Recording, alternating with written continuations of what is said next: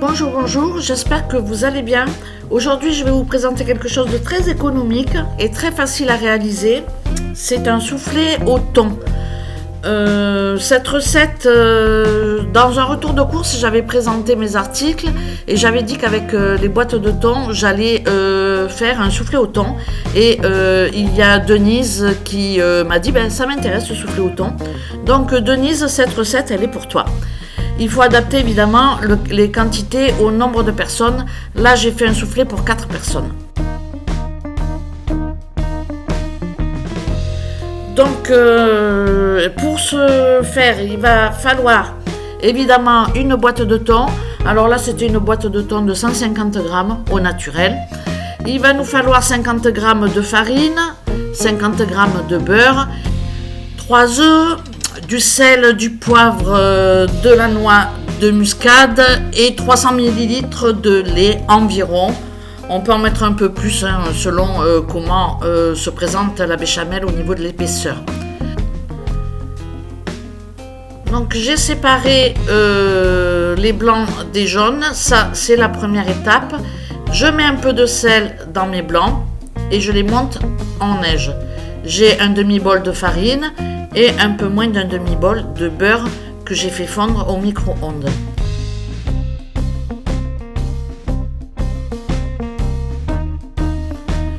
Je monte mes blancs en neige très ferme.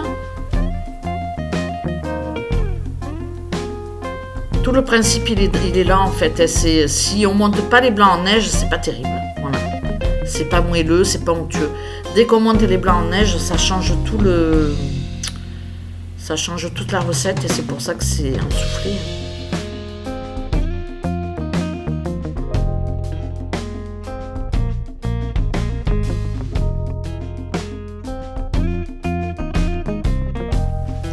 Donc là, mes blancs sont très fermes. Je renverse le saladier, c'est bon. Je vais mettre mon lait à chauffer et je vais commencer à faire ma béchamel.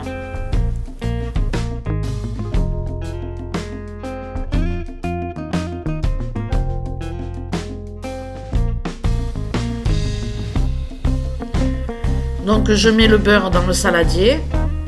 Je vais y incorporer la farine.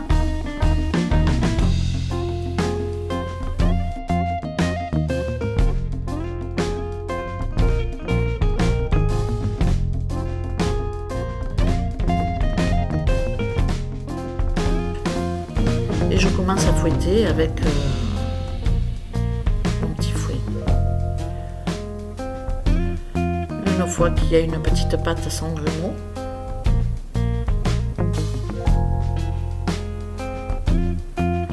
je mets mon poivre et mon sel.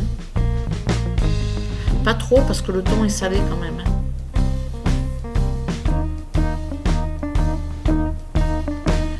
Je rajoute aussi la noix de muscade. Après c'est pareil, on trempe le doigt, on goûte. S'il faut ajuster l'assaisonnement, on ajuste. En général, je le fais à la fin.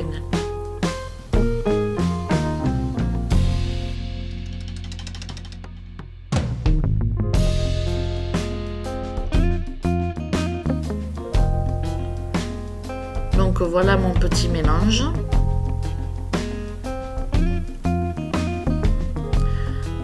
Ensuite, je vais incorporer mon lait chaud, mais pas bouillant, c'est-à-dire il n'a pas fait la crème. Alors ça fait gonfler tout de suite la farine et c'est cela qui permet d'éviter les grumeaux. En tous les cas, chez moi, je la rate jamais. Et puis ensuite, pour cette recette, il va falloir tout remettre dans la casserole et continuer de cuire un tout petit peu la béchamel à feu doux.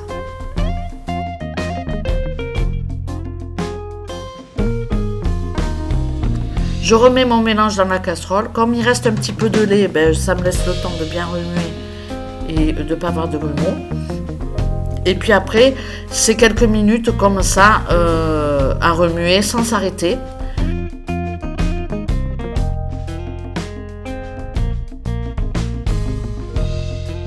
Donc quand on fait cette recette, à ce stade-là, on reste devant la popote. Et puis on attend que le mélange commence à s'épaissir. On va le sentir tout de suite sous le fouet. Et dès qu'il commence à s'épaissir, je retire mon mélange du feu.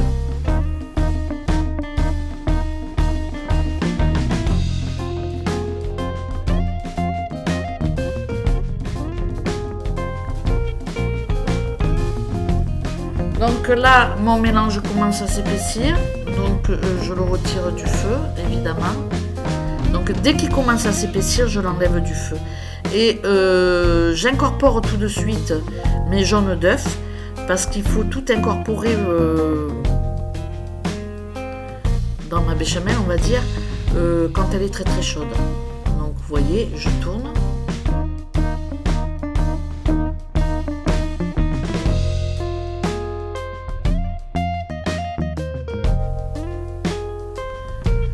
Donc je vais rajouter mes blancs en neige dans mon mélange très chaud, ça c'est important. Alors bon, je commence au fouet et puis je me dis non quand même, je vais peut-être les refaire tomber. J'ai peur de rien. Donc voilà, je mélange doucement pour pas faire retomber les blancs. Et on le voit, le mélange, il commence vraiment à être très très beau.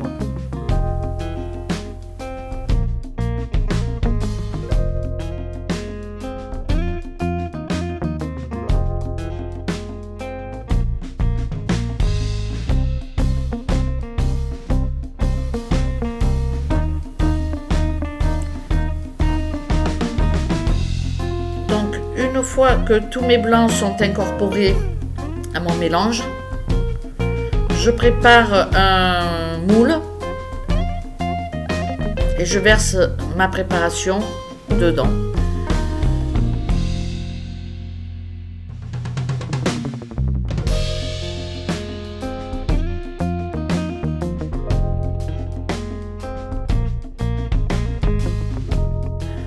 J'ai évidemment préchauffé mon four à 180 degrés.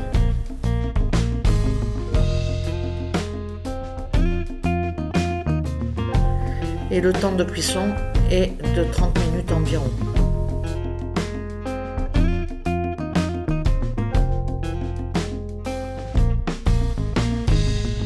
Donc là, je rajoute mes petites miettes de thon que j'ai bien écrasées, que j'ai égouttées évidemment, en appuyant un petit peu pour faire sortir tout le jus de la boîte. C'est pour ça que c'est une petite passette. Il ne me reste plus qu'à mélanger et à mettre dans mon plat.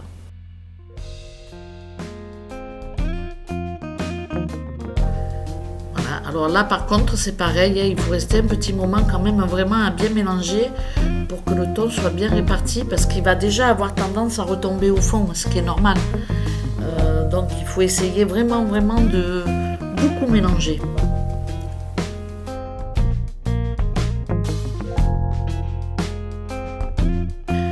Là je goûte, vous voyez, avant d'enfourner, avant de passer à la dernière étape, et je réajuste mon assaisonnement. Voilà.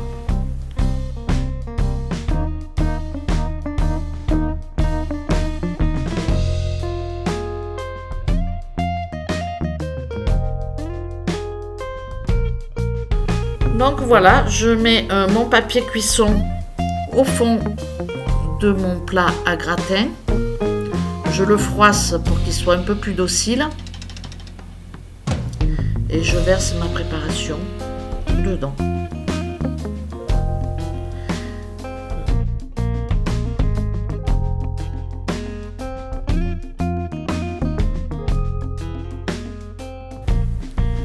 Cette recette est à présent terminée. J'espère qu'elle vous aura plu. N'hésitez pas à la refaire et à revenir pour me mettre un petit commentaire à savoir si vous avez réussi, si c'était bon, si tout le monde a aimé, etc., etc. Ça me ferait vraiment plaisir d'avoir un retour sur mes recettes. J'en ai pas eu encore, c'est pour ça que je dis ça. Donc je vous remercie d'avoir regardé cette vidéo et je vous dis à très bientôt pour une prochaine recette. Ciao ciao!